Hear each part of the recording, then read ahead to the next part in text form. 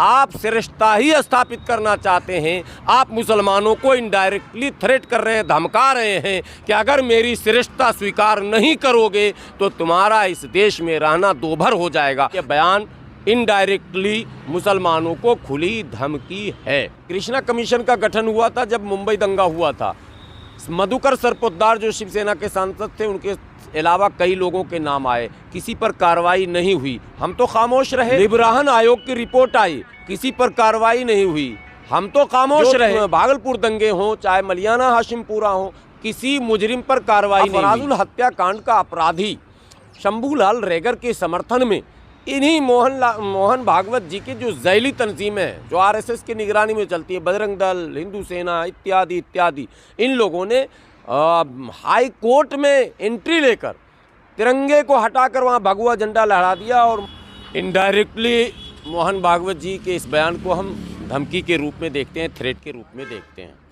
बड़बोलेपन से दूर रहने का क्या मतलब है? कौन सा बड़बोलापन है? अगर हमारे ऊपर जुल्म हो तो भी हम खामोश रहें क्या? आप लिंचिंग हमारी कर दें तो भी हम कुछ ना बोलें क्या? आप ऐसे कानून बनाएं जहां हमारा जीना मुश्किल होने लगे तो भी हम कुछ ना बोलें क्या? आप हमें जीने के सारे रास्ते बंद कर दें तो भी हम चुप रहें? ये मतलब श्रेष्ठता के भाव से बाहर निकलना है क्या? तारीख शाहिद है कि भारत में जितने भी बड़े दंगे हुए, कृष्णा कमीशन का गठन हुआ था जब मुंबई दंगा हुआ था। मधुकर सरपोतदार जो शिवसेना के सांसद थे, उनके अलावा कई लोगों के नाम आए, किसी पर कार्रवाई नहीं हुई, हम तो खामोश रहे। लिबराहन आयोग की रिपोर्ट आई, किसी पर कार्रवाई नहीं हुई, हम तो खामोश रहे। कौन सा बड़बोलापन की बात आप कर रहे हैं साहब? तमाम जो भागलपुर दंगे हों, चाहे मलियाना हाशिमपुरा हो, किसी मुजरिम पर कार्रवाई नहीं हुई। मॉब लिंचिंग के मामले में मुल्क ने अपनी आंखों से देखा, फराजुल हत्याकांड का अपराधी शंभूलाल रैगर के समर्थन में इन्हीं मोहन भागवत जी की जो जैली तंजीमें हैं, जो आरएसएस की निगरानी में चलती है, बजरंग दल, हिंदू सेना इत्यादि इत्यादि, इन लोगों ने हाई कोर्ट में एंट्री लेकर तिरंगे को हटाकर वहाँ भगवा झंडा लहरा दिया। और शंभूलाल रैगर को माफ़ कराने और इस अपराध में सज़ा न देने की मांग पर अड़ गए थे लोग, धरना प्रदर्शन कर दिया। हमने तो कुछ नहीं किया साहब। एक भी ऐसा उदाहरण दीजिए जिसमें कहीं भी आपको मुसलमान बड़बोलापन का शिकार दिखे। अरे चुटकी भर एक दो लोग हैं, वो भी कहीं ना कहीं से उन पर भी इल्ज़ाम लगता है कि इनकी भी टीम है। जो लोग, दो चार लोग मुसलमानों में अगर ऐसे हैं पूरे मुल्क में 18-20 करोड़ की आबादी में दो चार लोग इस तरह के अगर हैं जो इस तरह के बयान के लिए जाने जाते हैं, जितने भी आयोग बने, उनकी जितनी भी रिपोर्टें आई हैं, उन तमाम रिपोर्टों का अध्ययन आदरणीय मोहन भागवत जी को करनी चाहिए थी। आदरणीय मोहन भागवत जी को ये भी देखना चाहिए था कि इस मुल्क में बनने वाली सरकारों में अब तक जितने भी वजीर आजम बने हैं उनका बैकग्राउंड क्या रहा है, जितने भी राज्य के मुख्यमंत्री बने हैं उनका बैकग्राउंड क्या रहा है। आदरणीय मोहन भागवत जी को ये भी देखना चाहिए कि पूरे मुल्क में आईएएस, आईपीएस, बड़े बड़े पदाधिकारी कहाँ हैं हम लोग? आप हमको श्रेष्ठता का पाठ पढ़ा रहे हैं कि आप श्रेष्ठता के भाव से बाहर आएँ। अरे हम तो साहब कटोरा लेकर हैं। 47 से लेकर आज तक का इतिहास बताता है कि हमने हर जगह अपनी ज़ुबान को बंद रखा है, आपके तमाम हुक्मों को खामोशी से कबूल किया हमने, माना हमने, यहाँ तक कि आपने हमारे हक को छीना तब भी हम कुछ नहीं बोल सके। हम तो गुहार लगा रहे हैं। आदरणीय सम्माननीय मोहन भागवत जी, आप समय समय पर इस तरह के बयान देते हैं कि मुसलमानों को श्रेष्ठता के भाव से बाहर आना चाहिए। साहब श्रेष्ठता का भाव तो आपके संगठन के लोगों में है लगातार।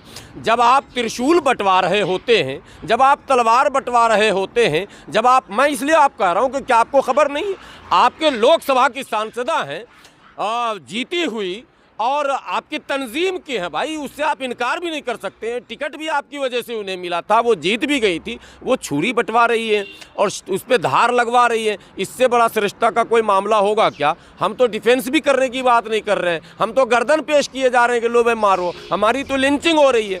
आप देखिए कि 1950 में श्रेष्ठता की बात पर मैं एक बात आपको बता दूं कि जो दलित था, मुस्लिम दलित और हिंदू दलित, ऐलान करके, जबकि संविधान में गुंजाइश नहीं थी, ऐलान करके ये कहा गया कि हिंदू दलितों को ये लाभ दिया जाएगा, मुस्लिम दलितों को नहीं दिया जाएगा। इससे ज़्यादा अब हम क्या आपके बर्दाश्त करेंगे? श्रेष्ठता तो यहाँ आपने धर्म का दर्शा दिया। क्या लाभ?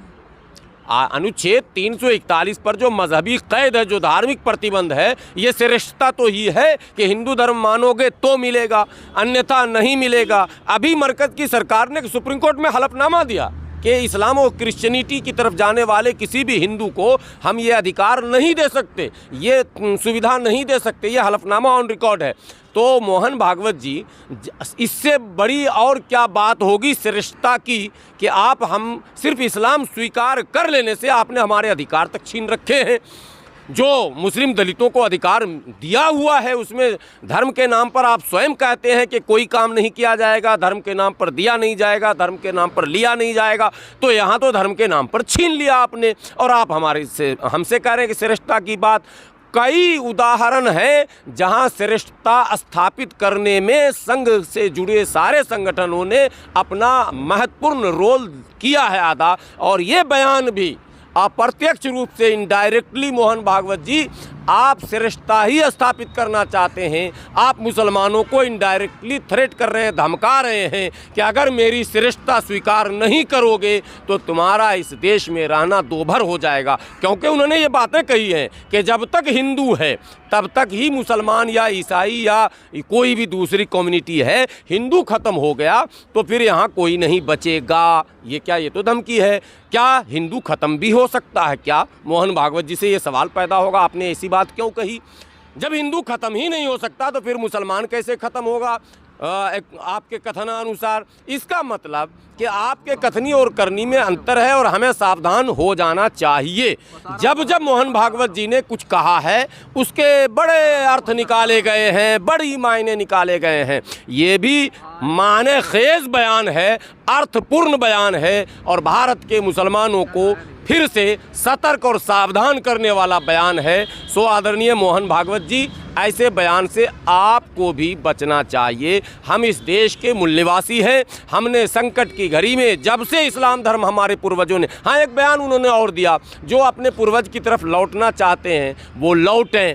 मतलब ये भी एक धमकी है, नहीं लौटोगे तो। इतना सिर्फ उन्होंने नहीं कहा है। आने वाले दिनों में आप इंतज़ार कीजिए, ये भी वो कह सकते हैं कि अगर नहीं लौटोगे तो क्या होगा, ये तो समय की प्रतीक्षा कीजिए। लेकिन ये बयान इनडायरेक्टली मुसलमानों को खुली धमकी है।